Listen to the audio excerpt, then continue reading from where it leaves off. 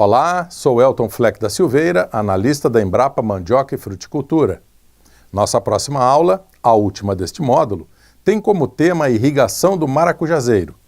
O conteudista e instrutor é o Dr. Maurício Antônio Coelho Filho, pesquisador da Embrapa Mandioca e Fruticultura. Graduado em agronomia pela Universidade Federal da Bahia em 1995, Dr. Maurício é mestre e doutor em irrigação e drenagem pela Universidade de São Paulo. Trabalhou de 2011 a 2013 como pesquisador visitante no Rothamsted Research, no Reino Unido. Além da atividade de pesquisa, é professor permanente do curso de doutorado em Engenharia Agrícola da Universidade Federal do Recôncavo da Bahia e do mestrado profissional em Produção Vegetal no Semiárido do Instituto Federal Baiano, Campus Guanambi. Tem experiência na área de agronomia, com ênfase em irrigação, atuando principalmente em manejo de irrigação de fruteiras e mandioca, tolerância à seca e zoneamento agroclimático. Boa aula! É um prazer também estar aqui com essa equipe para contribuir um pouquinho sobre o tema manejo de irrigação na cultura do maracujazeiro. Tá bom? Eu vou tentar ser rápido, o tema também é amplo, assim como o Raul falou, e os colegas também, mas eu vou tentar apresentar, assim, os pontos mais importantes em termos de manejo de irrigação, tá bom? Então, quando a gente faz o manejo de irrigação, a gente simplesmente não joga água, não é molhar o solo, né? A gente tem que considerar todo o sistema solo, o sistema planta e o sistema atmosfera, né? O solo você tem que considerar a distribuição de água, o balanço de água, salinidade, a fertilidade do solo, né? A planta, a gente tem que considerar a questão do sistema radicular, a área foliar da planta, se a planta é mais vigorosa ou menos vigorosa, a época em que ela se encontra em termos de seu desenvolvimento, as respostas também das plantas aos fatores abióticos, né? Isso, a sensibilidade nas suas fases de desenvolvimento. Com relação à atmosfera, né, a gente tem que levar em consideração a temperatura, a radiação solar, a umidade, a velocidade do vento, são os elementos que interferem na perda, na evapotranspiração da cultura, que é a perda de água pela planta, né? Quer dizer, o consumo de água pela planta.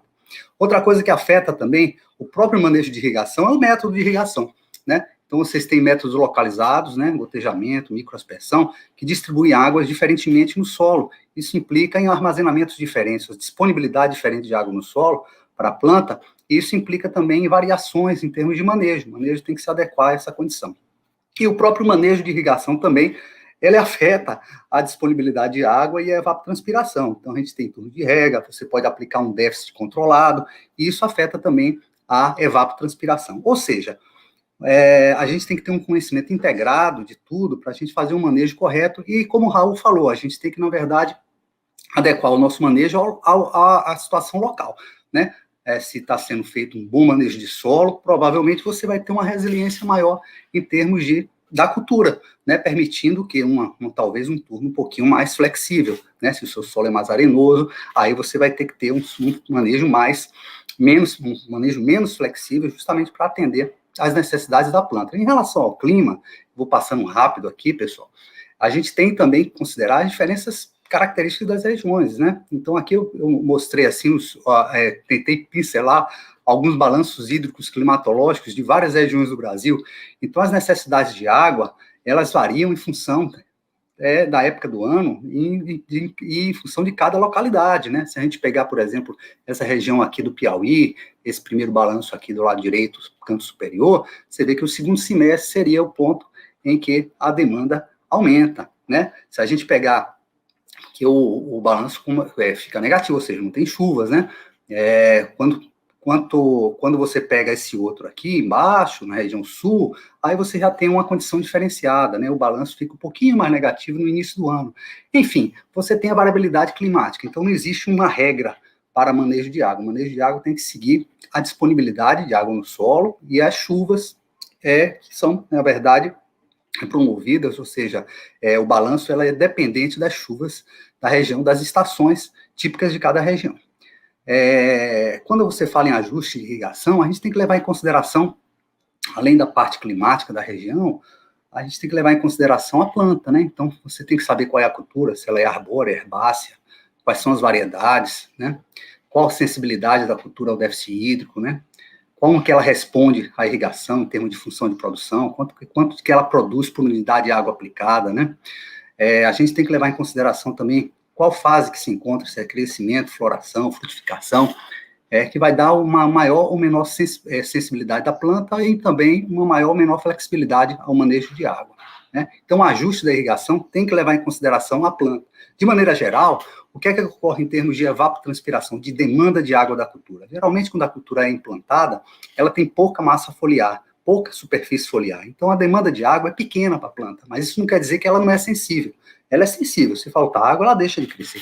Mas a demanda é um pouquinho menor do que as fases de crescimento e a fase de produção. Esse pico máximo aqui geralmente coincide entre floração e frutificação. No caso do maracujá, vai acontecer a mesma coisa, né?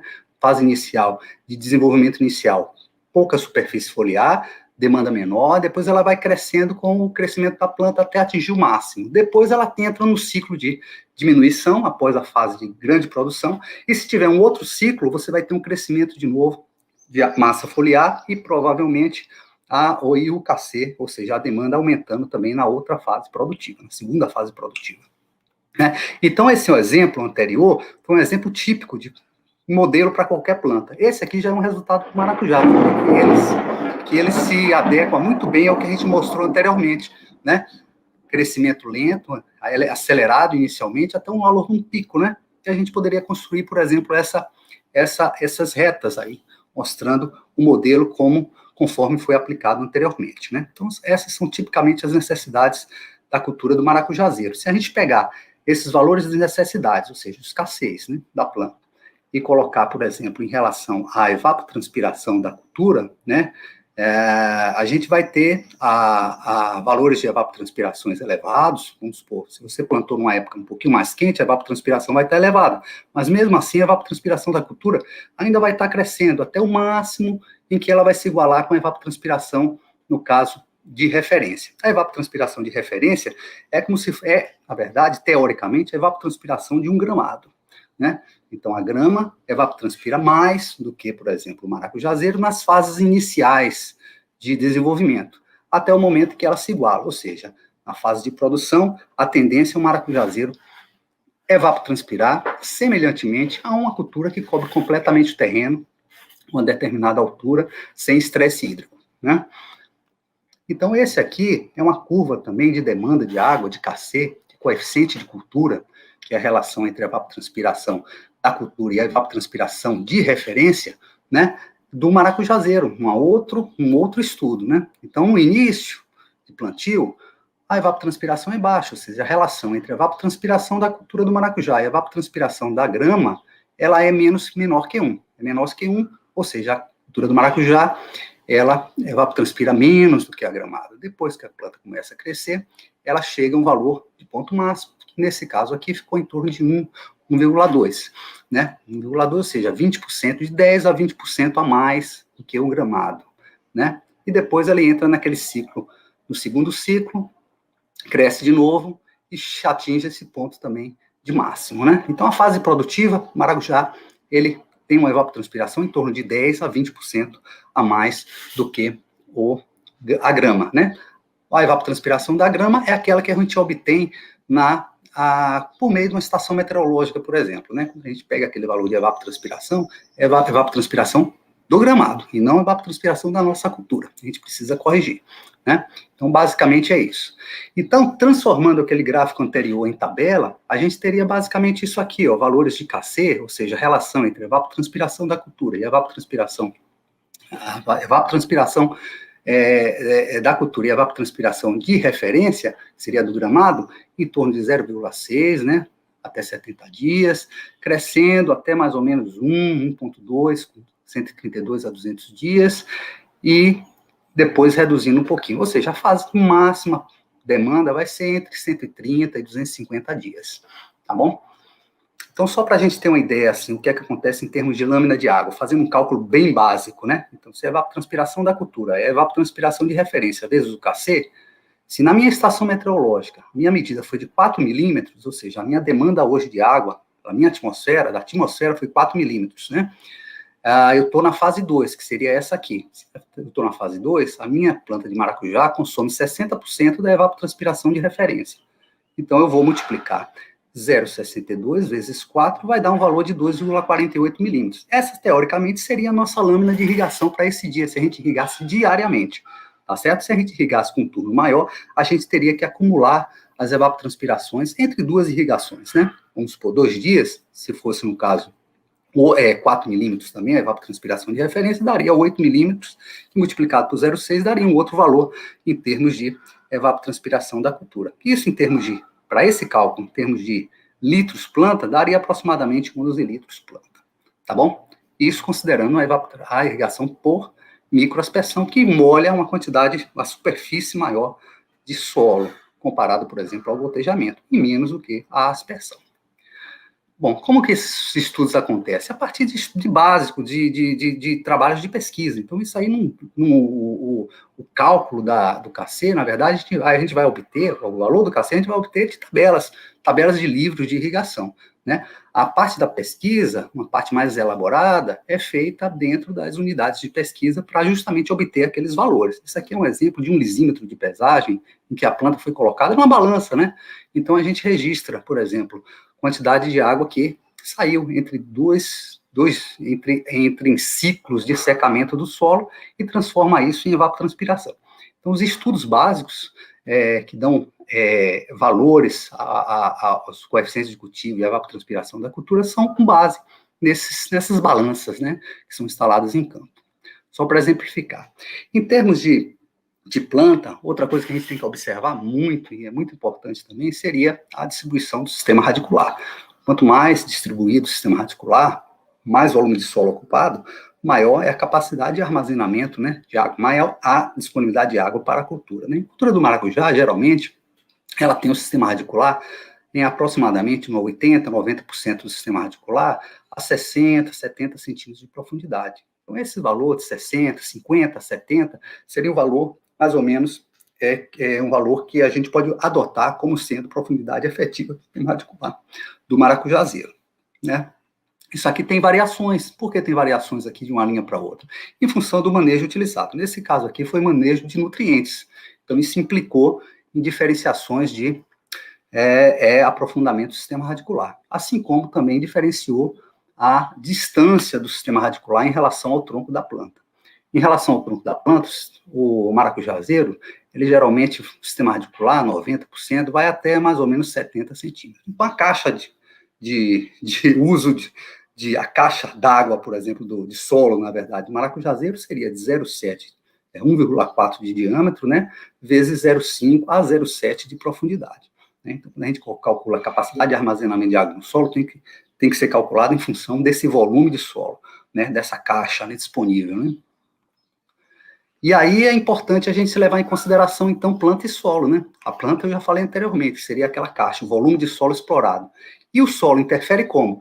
Interfere pela seguinte maneira, a gente tem diferentes tipos de solo, diferentes solos, eles implicam em diferentes armazenamentos de água, né? Então, solos arenosos, né, eles geralmente armazenam, em média, né, 0,7 milímetros de água por centímetro de solo. No caso, solos de textura média, 1,1 milímetro por centímetro. E solos mais argilosos, com armazenamento maior, de 1,5 milímetros por centímetro. Isso implica em quê? Né? Se a gente tiver, por exemplo, um pomar sendo implantado, considerando 30 centímetros de profundidade do sistema radicular, esse solo tipo 1 armazenaria, a gente teria disponível 21 milímetros de água, né, armazenada. Enquanto um solo tipo 3 teria 45 milímetros, né? Na fase produtiva, considerando 60 centímetros de profundidade, né, a gente teria para um solo arenoso 42 milímetros, para o solo argiloso 90 milímetros. Ou seja, o manejo ele tem que se adequar a esse armazenamento aqui, né? Quanto maior a capacidade de armazenamento, mais flexível a nossa irrigação, né? Em solos arenosos, geralmente, o turno de irrigação tem que ser mais acelerado, ou seja, você tem que ter um turno bem curto, né? Porque senão você tem uma irrigação e mesmo assim um estresse da planta, porque ela vai atingir níveis de água no solo que vai promover o quê? Um estresse à cultura. Já em solos argilosos, textura média, solos argilosos, você permite um turno maior, desde que esteja trabalhando com, por exemplo, microaspersão ou aspersão. Né? No caso do gotejamento, geralmente você estreita o valor do turno de rega para trabalhar próximo da capacidade de campo. Outro ponto que a gente tem que levar em consideração também é a atmosfera. O pessoal falou bastante aí sobre a questão da temperatura, déficit de saturação de vapor, que seria a umidade do ar, né? Isso afeta também, né? Quanto maior a demanda de água, né? Maior seria a necessidade de reposição, né? Maior é a evapotranspiração da cultura, né? A gente, na verdade, tem que suprir mais a planta de água a partir do momento que ela tem uma demanda, a atmosfera demanda muito mais, principalmente em relação a temperaturas elevadas e déficit de saturação de vapor também elevados, tá bom? Isso é normal, acontece com várias culturas, né? A faixa de KC, ele é flexível em função da localidade, por isso que o KC tem que ser ajustado à região. Né? Outro ponto também relacionado à atmosfera, que a gente às vezes pega valores tabelados, a gente tem que levar em consideração a dinâmica da evapotranspiração ao longo de dias, né? Então, por exemplo, isso aqui é um valor, é um estudo de transpiração de plantas, né? Então, cada dia, cada a parte desse gráfico aqui corresponde a um dia. Então, esse aqui é o dia 1, esse aqui é o dia 2 e esse aqui é o dia 3. Você vê que o pico de transpiração nesse dia 1 vai até 70, né? Gramas por 20 minutos. Nesse outro, vai a 80. Nesse dia, ficou em torno de 20. O que é que aconteceu aqui? Provavelmente passou uma nuvem, né? Foi um dia mais fechado, então a evapotranspiração foi menor. Então, a gente tem que considerar, em termos de manejo de irrigação, a dinâmica da evapotranspiração. Porque se a gente considerasse um valor médio, a gente irrigaria provavelmente, adequadamente, um pouquinho menos nesse dia, mas muito mais do que o necessário nesse dia aqui. Tá bom? E aí tem a relação entre planta e atmosfera, né? Então, a gente tem aqui, nesse gráfico, a evapotranspiração, ou seja, a demanda de água da atmosfera, e aqui a gente tem a área foliar, né, das plantas, né? Então, quanto maior a evapotranspiração, maior a transpiração das plantas, claro. E quanto maior a área foliar, maior a transpiração. Ou seja, é a combinação planta e atmosfera afetando a evapotranspiração. Então, resumidamente, o que é que a gente está falando em termos de evapotranspiração que a gente falou anteriormente? O ambiente afeta a evapotranspiração de uma cultura de referência. Então, essa evapotranspiração a gente chama de evapotranspiração de referência, né? A grama, ela é modelo para a evapotranspiração de referência, né? Então, o gramado é esse modelo, e esse gramado, multiplicado por um coeficiente, né, vai nos dar a evapotranspiração da cultura. É a relação entre a evapotranspiração da cultura e a evapotranspiração de referência, tá bom? Esse é o nosso modelinho. E esse modelinho varia em função também do dia, né? Do manejo, né? Manejo de irrigação. Então, esse KC, ele vai ser dividido entre perda de água pela planta, né? Transpiração, mas também evaporação da água no solo, né? Então, quando a gente irriga, o que é que acontece? A superfície do solo fica molhada. O que é que acontece? A água livre para evaporar. Aí ocorre um valor de evapotranspiração alto. Depois essa evapotranspiração vai caindo. E assim por diante, né? Então, esses picos aqui são picos de evaporação, né? Até o momento em que o solo fica coberto pela cultura, ao ponto a evaporação ser minimizada, né? Mas se a gente estiver molhando o solo, por exemplo, com uma irrigação por microaspersão ou aspersão, e fizer um manejo muito frequente, o que é que a gente vai ter? A gente vai ter um KC, que seria de 0,4 ou 0,5 na fase inicial, passando a aproximadamente 1, ou seja, como se a cultura estivesse na fase de produção. Por quê? Porque você vai ter uma superfície do solo sempre molhada e, na verdade, a evapotranspiração vai representar mais a evaporação do que a transpiração de plantas. Ou seja, a gente vai estar perdendo água, porque essa água que está saindo aqui não vai ser usada pela planta, ela simplesmente vai ser evaporada. Então, isso implica dizer o seguinte: quando você faz um manejo de solo, manejo de irrigação com sistemas que molham completamente o solo, a superfície do solo como um todo, por exemplo, aspersão ou microaspersão molhando toda a superfície do solo, tem que trabalhar com manejo com turnos mais afastados, né? Turnos maiores, justamente para evitar esse problema aqui, ou seja, o excesso de evaporação, tá bom? E a disponibilidade de água vai estar adequada desde que você molha o solo, uma quantidade maior de solo, e a disponibilidade de água realmente vai ser maior para a planta, né? Você não vai ter tanto estresse como teria se trabalhasse com um turno mais elevado, com a irrigação localizada, né? Ponto-fonte, como é o caso do gotejamento, né? Então, basicamente, o que é que a gente tem depois de tudo que a gente falou aqui? ajustes de irrigação em função de planta, atmosfera e sistema, o que a gente tem é o seguinte: sistema por aspersão, eles consomem mais água que a microaspersão e consomem mais água com gotejamento. Isso é básico, né? Você tendo um manejo de irrigação com aspersão, você vai sempre irrigar mais do que o gotejamento. E por microaspersão, sempre mais do que o gotejamento também. Ou seja, o gotejamento, a quantidade de água aplicada tem que ser menor, mas tem que ser com a frequência alta, porque o solo, né, o volume de solo irrigado, ele é pequeno, tá? Então, a gente mantém o solo sempre próximo à umidade ideal, que seria do conceito chamado capacidade de campo, né?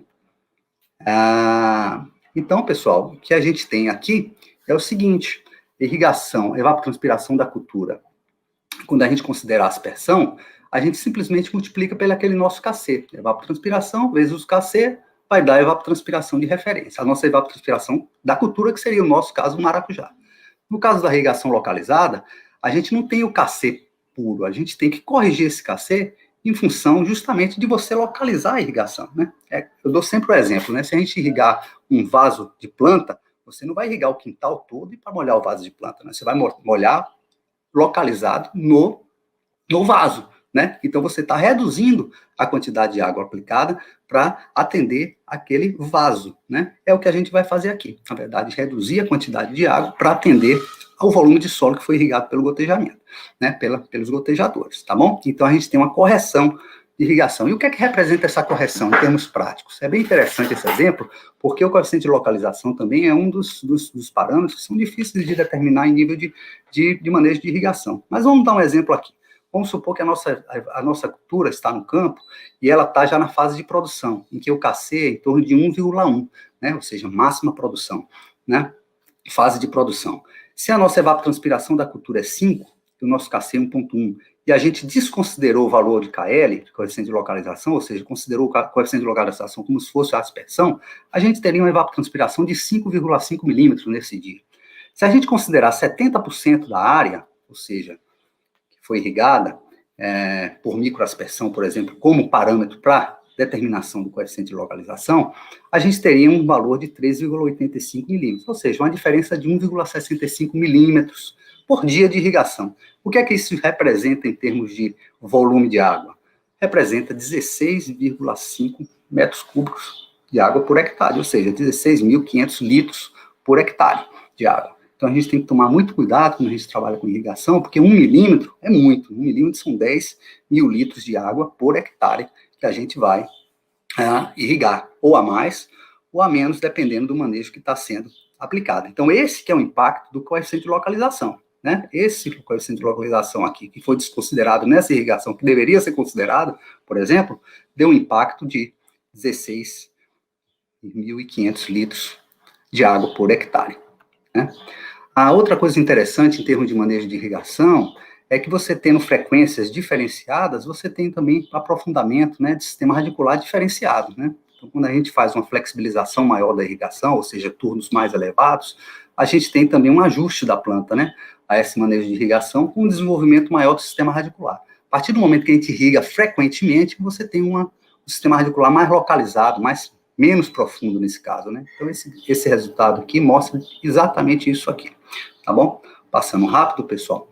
A questão do manejo de irrigação, do sistema de irrigação também, ele afeta a distribuição de água, né? E a distribuição de água, ela é afetada, a área molhada, ela é afetada pela vazão do gotejador, textura do solo e tempo de irrigação. Aqui tem um gráfico bem interessante, né? Mostrando que o tempo de irrigação, né? Que é esse raio mais elevado aqui, e o tempo de irrigação menor, esse menorzinho aqui, ou seja, o tempo de irrigação faz o quê? Ocorre a expansão do bulbo, né? O diâmetro do bulbo fica maior, né? E no caso de vazões baixas, né? Para você aplicar a mesma quantidade de água, você aumenta o diâmetro, você tem uma menor profundidade e, claro, um maior tempo de irrigação. Ou seja, quando você diminui a vazão do gotejador e aplica a mesma lâmina, a tendência é você ter um pouquinho mais de diâmetro, né? Por exemplo, esse comparado a uma vazão maior, né? Uma menor profundidade, mas um maior tempo de irrigação, tá bom? Então, esses são variáveis que têm que ser levados em consideração, e o tipo de solo afeta muito, né? Porque se você tem um solo mais arenoso, a tendência é você aprofundar bastante o bulbo de água, né? E aí ele pode ultrapassar bastante a zona do sistema radicular e você perder água em termos de drenagem. O que é que tem que ser feito aqui? Frequência elevada de irrigação. No caso de um solo que armazena mais, você tem um espalhamento maior do bulbo, né? E aí você tem uma flexibilidade um pouquinho maior em termos de irrigação, tá bom? Isso aqui só são exemplos de distribuição de água em função de posicionamento de gotejadores, né? Que afeta também, no caso, a distribuição e também o nosso manejo. E no caso da microaspersão, mesma coisa, né? São microaspersores diferenciados, ele também aplicam águas diferentes, distribui água diferentemente na superfície do solo. Isso pode impactar, principalmente na fase inicial, né? A disponibilidade de água para as plantas, tá bom? Então, isso tem que ser levado em consideração. O que é que vai acontecer em termos de coeficiente de localização aqui? Ele vai aumentar, né? A partir do momento que você molha mais o solo, a superfície do solo, e diminuir com a redução da superfície do solo molhada. Outro ponto que é importantíssimo em termos de manejo de irrigação, deve ser considerado, é a questão da avaliação do sistema. Muitas vezes a gente tem uma queda de produção, uma baixa produtividade, mesmo com irrigação. Por quê? Porque não houve um monitoramento, você tem uma grande quantidade de microaspersores, o gotejamento entupido, e isso afeta o que? A disponibilidade de água para a planta, a distribuição de água no campo e, consequentemente, a produção. Né? Outra coisa que é importante, eu sempre coloco, pessoal, é que uma coisa é o projeto, o outro é o manejo. O manejo é flexível, né? O manejo de irrigação é flexível. Vocês têm que levar em consideração a variável em tempo real, né? As variáveis que influenciam em tempo real. No caso do projeto, você fixa variáveis no máximo, né? Qual é a evapotranspiração máxima de referência na região de Brumado? Esse pico aí, esse máximo, ele vai ser utilizado para você dimensionar o sistema. Mas isso não quer dizer que você vai irrigar com aquele máximo de dimensionamento. Na verdade, você vai irrigar de maneira flexível para otimizar a eficiência de irrigação e do uso de água. Né? Então, a gente tem sistemas de produção ajustados, variedades que consomem mais ou menos a água, sistemas de irrigação que vão ter maior ou menor a distribuição de água ou consumo de água para a planta, vão promover maior consumo ou menor de água pelo sistema produtivo.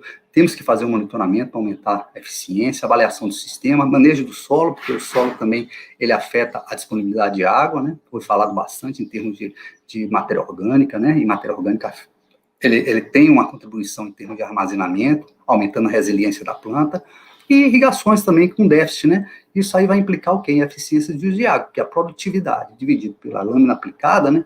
Vai nos dar, aumentando a produtividade, ou então reduzindo a lâmina, você aumenta a eficiência de uso de água e, consequentemente, a economia. É isso? Então, em termos de monitoramento do ambiente, né? O que é que a gente vai fazer? Para ter um valor de evapotranspiração que é tão básico para o manejo de irrigação, né? A gente pode ter a evapotranspiração com base em estações meteorológicas ou com base até em temperatura do ar máxima e mínima, né? Eu vou dar um exemplo aqui.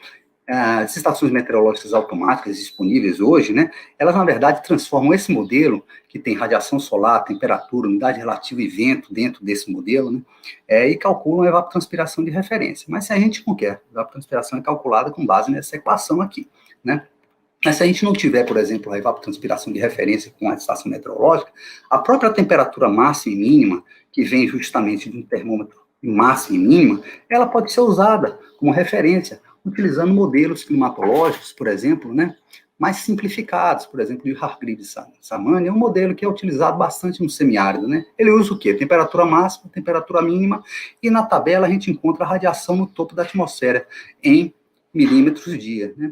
Então vamos dar o exemplo aqui, livramento de Nossa Senhora, que a latitude é em torno de 13,38 graus sul, né? Em janeiro, nessa localidade, a evapotranspiração vai ser aproximadamente o quê? 16,2 milímetros de dia, né? Então, se a temperatura média desse período for 29, né, a temperatura máxima 35 e a mínima 23, quando a gente coloca esses valores nessa equação aqui, né, e considera 31 dias em janeiro, né, a gente encontra 6,5 milímetros dia. Quer dizer, encontramos um valor que pelo menos é um valor estimado para a gente ter base do que está acontecendo. E a temperatura do ar, ela vai estar nos dando a ideia de flexibilidade em termos climáticos, porque um dia mais frio, ele vai consumir, que vai ser um dia que vai ter menos disponibilidade energética, a planta vai consumir menos água do que um dia mais quente, né? Se a gente pegar, por exemplo, a mesma localidade, mas em junho, né? Em junho, aí a evapotranspiração, ou seja, a radiação no topo da atmosfera, em milímetros dia, já vai ser em torno de 11, né?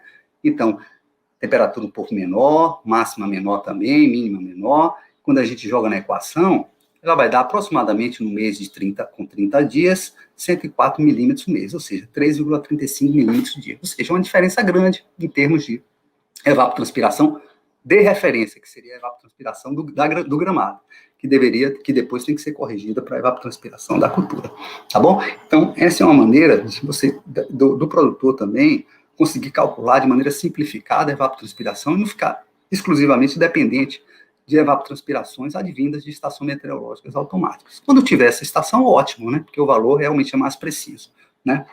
Aquele exemplo que a gente tinha dado anteriormente, né? Então, para finalizar, como é que a gente vai fazer o nosso manejo de irrigação? O tempo é curto, né? A gente vai ter que tentar ser rápido. Então, manejo de irrigação, simplificadamente, a gente pode fazer turnos fixos, né? Rega fixo, ou seja, eu vou irrigar aqui de 2 em 2 dias, ou de 1 em 1 dia, né? Aí vai depender, o turno de rega vai depender muito da capacidade de armazenamento de água no solo e da evapotranspiração da cultura. Então, esse turno de rega fixo vai ter que ser calculado de maneira correta. Eu posso fazer o balanço hídrico-climatológico também e ter o turno variável. Mas eu posso também ter sensores de umidade e usar esses sensores como referência para você determinar o momento de irrigar, né?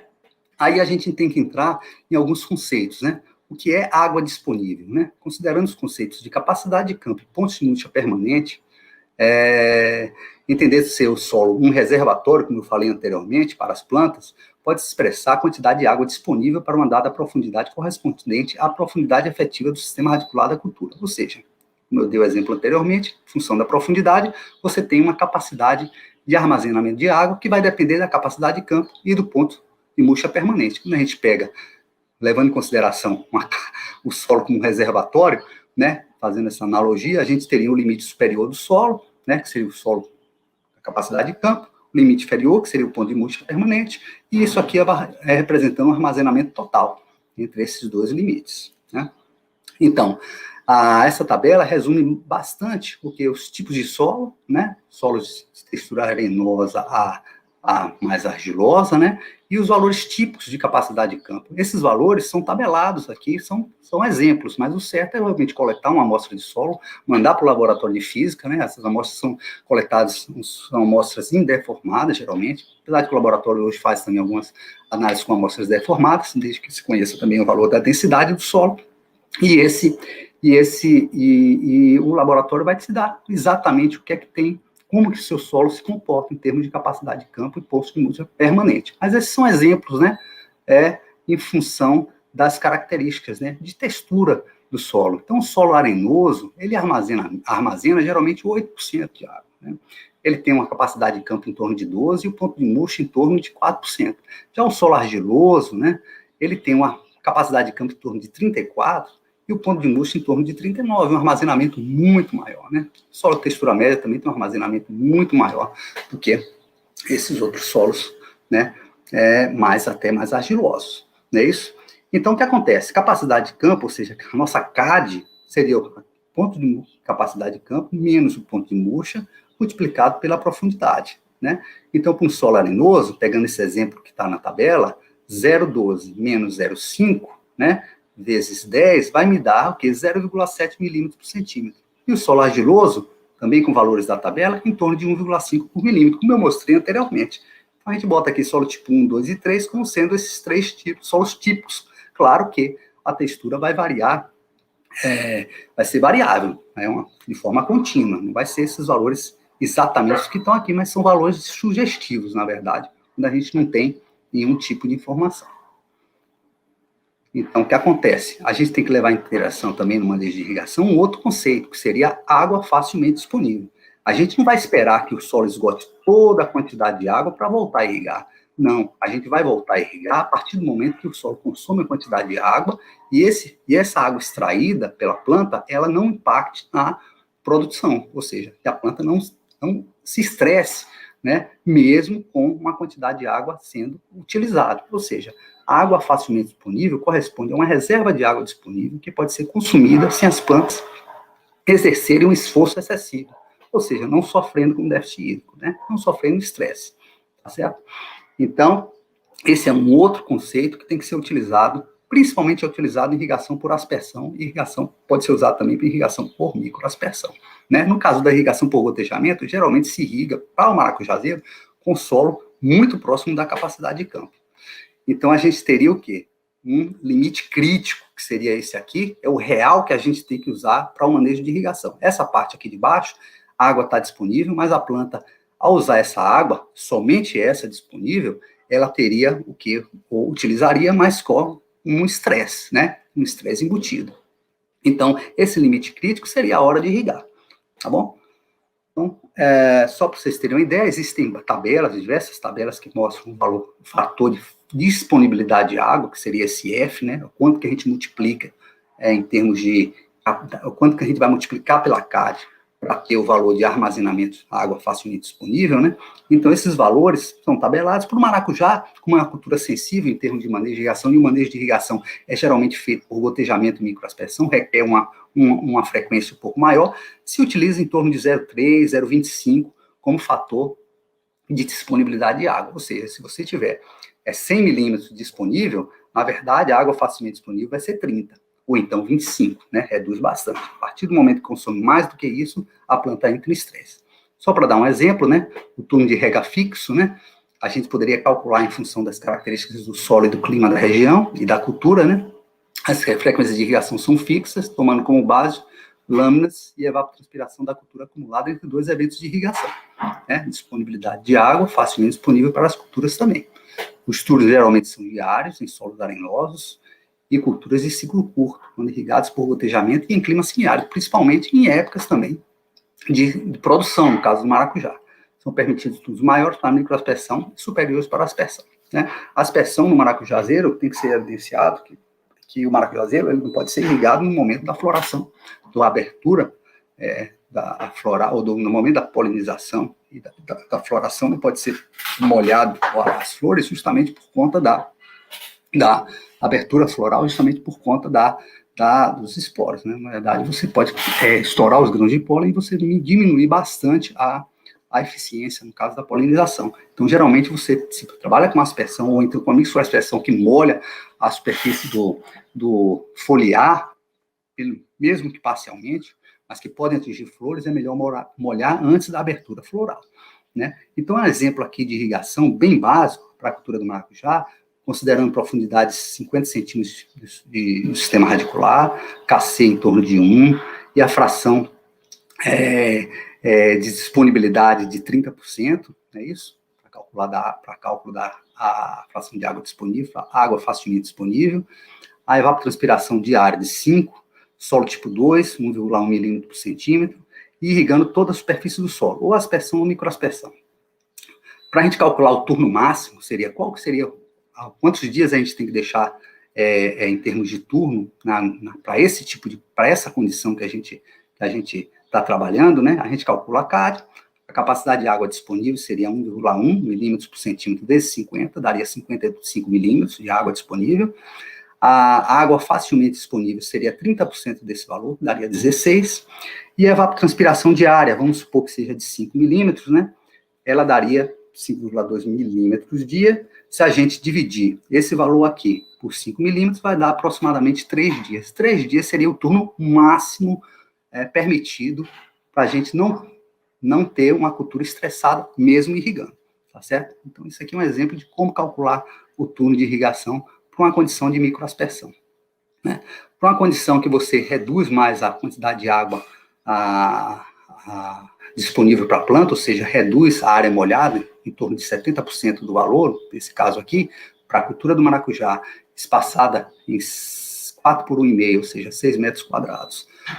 Sistema radicular de 50 centímetros, KC de 0,85 agora, fração também permitida de esgotamento de 30%, e uma evapotranspiração também de referência de 5,2, solo tipo 2 também, 1,1 milímetros por centímetro, a gente teria uma CAD de aproximadamente, né, 110 milímetros, né? por 1 metro, não é isso? Se a gente considerasse 1 metro, se a gente considerar a zona radicular, nesse termo de cálculo, a gente teria 1,1 milímetros por centímetro, multiplicado por 50, daria 55 milímetros de água disponível, tá bom?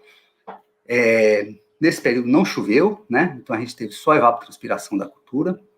A gente teria uma água facilmente disponível, calculada em torno de 11,6 milímetros também, em função da CAD multiplicada pelo F, fator de água disponível. A evapotranspiração da cultura seria em torno de 8,8 milímetros em 2 dias, né? Que aqui já se passaram 2 dias, como está aqui no 2 dias entre irrigações, né? Evapotranspiração sendo de 5,2, vezes 2 daria 10,4, vezes o KC de 0,85 daria 8,84 milímetros. A pergunta é, precisa irrigar? Bom, a 8,84 milímetros está muito próximo do valor da água facilmente disponível. Então, a decisão é irrigar, né?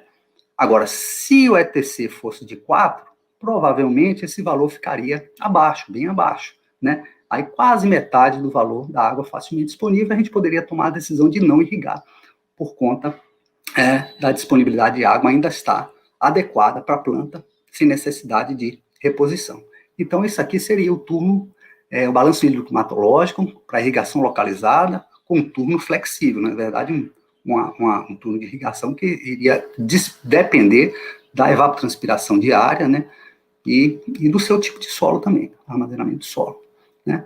No caso do potencial crítico, a gente pode usar instrumentos, né, em vez de trabalhar com valores calculados, né, de evapotranspiração e disponibilidade de água, a gente poderia utilizar, por exemplo, instrumentos que indicassem o valor potencial mátrico, por exemplo, do solo. Tensiômetros são instrumentos que medem o potencial mátrico do solo. Você pode também ter o valor de umidade do solo, que representa uma umidade crítica, né?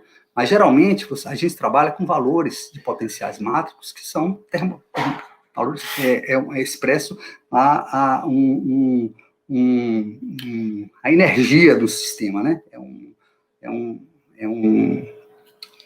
valor termodinâmico, na verdade, né? Então, na verdade, o que é que acontece? A gente, para maracujazeiro, na cultura sensível, principalmente na fase de floração e produção, os valores típicos ficam em torno de 20 a 30 kPa no máximo para irrigação por gotejamento, né? Geralmente 20 seria um valor adequado para você ter reposições até diárias, né? Se o solo for mais arenoso, né? E tiver naquela fase crítica de produção, né, e de floração, quando a demanda e a sensibilidade da cultura é maior, né?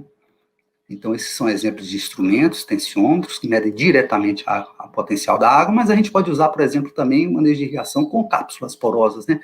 Cápsula porosa, geralmente, ela indica um potencial de em torno de 30 kPa, mas se você colocar a cápsula mais na superfície, quanto mais na superfície, mais ela vai responder rapidamente, porque a superfície o solo, ele seca geralmente da superfície em direção à parte mais profunda do solo, né? Então, quanto mais próximo a cápsula do solo, mais rápido ele vai ser um indicador em termos de manejo de água, que pode ser usado para irrigação localizada. Como que funciona a cápsula porosa? Essa cápsula aqui é um método chamado Irrigas, né? Um método desenvolvido pela Embrapa, né? Na verdade, essa cápsula é inserida no solo, né? E essa tem uma mangueirinha e um copo de água, né? Se o solo estiver úmido, né, quando a gente coloca essa mangueira e a seringa, pode ser uma seringa aqui, né, na água, como o solo está úmido, né, o ar, ele não passa, né, da cápsula para o solo, né, então a água não sobe no sistema, né. A partir do momento que o solo está seco, né, você tem a passagem de ar, né, da cápsula para o solo, né, então a água sobe e é um indicador que o solo está seco no momento de irrigar, né? Então, se esse monitoramento for feito diariamente, quando isso acontecer, é porque o solo atingiu aproximadamente 30 kPa, que seria o ponto de irrigar, tá certo? Existem várias cápsulas, tipos de cápsulas, com diferentes potenciais, mas se a gente usar, por exemplo, aquela vela de filtro, né, geralmente é 30 kPa, que seria o valor típico, né? Esses aqui são exemplos de como instalar, né? Você pode instalar um na superfície do solo, em mais em profundidade, para ver se está tendo excesso de água, então está faltando água em profundidade, né? Não excesso, está faltando água lá embaixo, né? Então, esse aqui seria, da superfície, seria mais um indicador de momento de irrigar, esse aqui seria um indicador de se está necessitando de um volume maior de água, porque o solo está secando mais em profundidade. E é isso aí, pessoal. Rápido, mas era a mensagem que eu queria passar. Espero que tenha atendido a vocês estavam esperando, né? E agradeço.